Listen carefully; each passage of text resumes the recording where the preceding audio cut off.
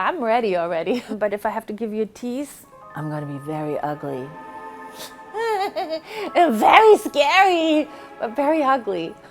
Good morning, America. I'm Heidi Klum, and I'm gonna rate some of my favorite Halloween costumes. Why not?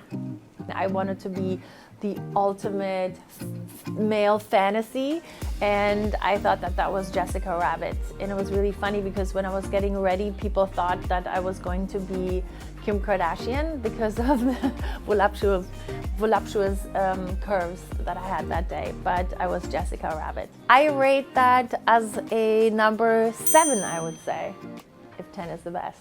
I would say it's a 7. Hi, it's Heidi. Happy Halloween and good morning, America. The worm, I have to give the worm a 10 just because it was such an unusual thing, and I'm very proud of it because it's just like a normal thing that we all know and usually don't like. You know, when it's raining and you see these slimy little rainworms coming out of the ground and it's kind of muddy outside, and I wanted to be exactly that. It looked epic. You know, even though it was very hard for me to be in it because I had no arms and legs, obviously, and when I was falling over, I couldn't get up, I needed help. It was quite the night for me. It was very claustrophobic, the whole feeling, but I definitely give it a 10 because it is a 10.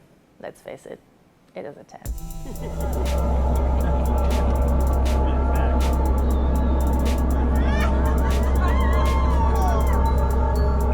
E.T., I have to give this another 10 because this was so hard to do. You know, my eyes were moving, the mouth was moving when I was talking. So my face is actually in the neck of E.T. So in order for me to be the size of E.T., you know, I didn't want to just be on my knees all the time, you know, crawling around. I had to go into this ditch so that everyone was on top of the ditch and I was on the ditch so that you could see really the proportions of me and my husband being really short and everyone around us being really tall.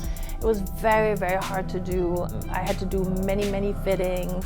You know, you have to think about it like you are almost like a baked potato inside where it's so hot and you have all this aluminum foil around you, which in my case was all plastic. So I would just feel the water running down my spine, down my pits. I was sweating in this thing so hard, and holding E.T.'s head because, you know, the proportions are like gigantic, so the face is like here and here, so to hold that on my neck, I thought my neck was going to snap off any minute. So out of wearing all the difficult ones, this is definitely the hardest. So E.T. also, as the worm, deserves a 10. I usually plan my Halloween costumes a year in advance because they have to be built.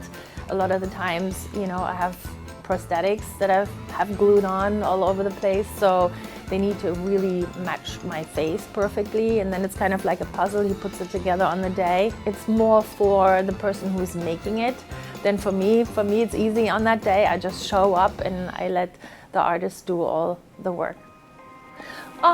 This is just Mountain Heidi in the dirndl. This is my very first Halloween party, and I was thinking, what am I gonna do? And I'm like, I'm just gonna be Heidi. So I had a designer here in New York, Mark Bauer is his name. He made this patent black leather studded dirndl for me. I had pigtails.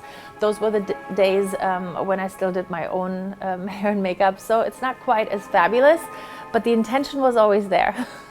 I give that a 1.